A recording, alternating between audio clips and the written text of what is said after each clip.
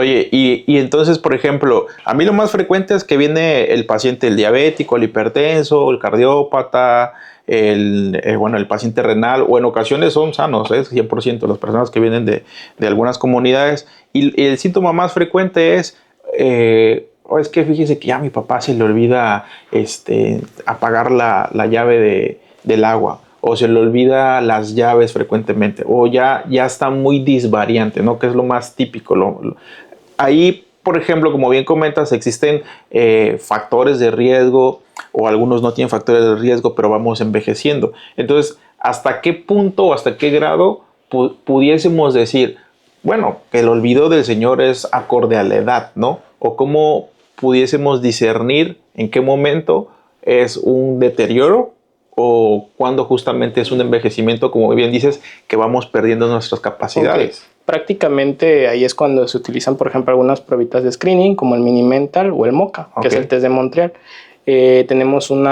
También hay que obviamente tener en cuenta la escolaridad del paciente. Es muy importante y es muy pues bueno el hecho de tener una escolaridad elevada, ¿sí?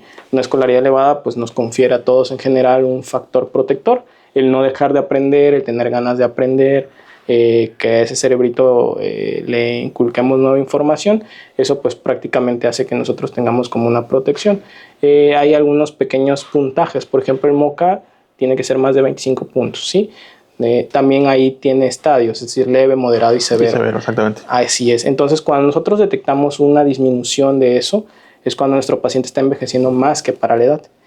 Y tenemos ahí que sumarle lo que tú me acabas de decir, el interrogatorio. Es decir, pues no es normal tener pérdida de dinero porque sobreviene la ruina financiera, pérdida de llaves que de plano no encontremos, que nuestra mami, por ejemplo, pierde el sazón que tenía antes para la comida, que se le queme la comida. O sea, que son como datos que normalmente acuden, ¿no? Exacto. O sea, son puntos claves, ¿no? Así es, son datos que interfieren con la vida diaria y ahí es cuando se puede completar, ¿no? Que sí realmente estamos teniendo un deterioro cognitivo, ¿sí? ¿Y cómo lo vamos ahora sí que pues a integrar clínicamente?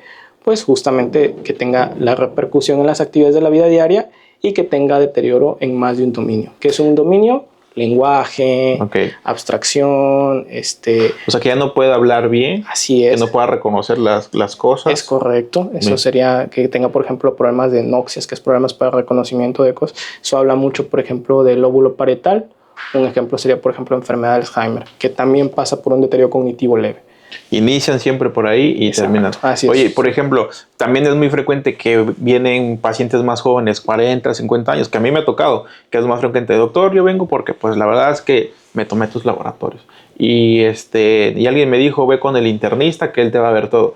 Pero después les pregunto, oye, ¿qué onda? ¿Qué te pasó? No, pues es que pues yo vengo para que me revise. Y dentro de lo estoy revisando, pues no es diabético, no es hipertenso, y de repente, pero es que fíjese que ya en el trabajo se me olvida mucho, por ejemplo, la otra vez se me olvidaron las llaves, o la otra vez se me olvidó hacer un trabajo al jefe. Entonces se mete en internet, busca en las redes sociales, información en Wikipedia, etcétera. ¿En qué momento en un paciente, por ejemplo, pudiésemos decir, híjole, pareciera ser que va con una tendencia a una enfermedad de pues una demencia o un deterioro cognitivo leve, que sería el término correcto? ¿En qué edad o qué factores reales pudiésemos como tomar como punto de referencia? Ok, sobre todo la edad es un factor, como lo acabas de decir, muy importante, es decir, un paciente mayor a 60, 70 años, factor de riesgo para enfermedad neurodegenerativa, si tiene factores de riesgo cardiovasculares, incluso un deterioro cognitivo tipo vascular o incluso uno mixto. Ahorita se habla mucho del deterioro cognitivo mixto porque es el daño vascular o el daño microvascular que ya mezclado por enfermedades, exacto, ¿no? Y que comienza con neurodegeneración, ¿verdad? Esa sería la edad.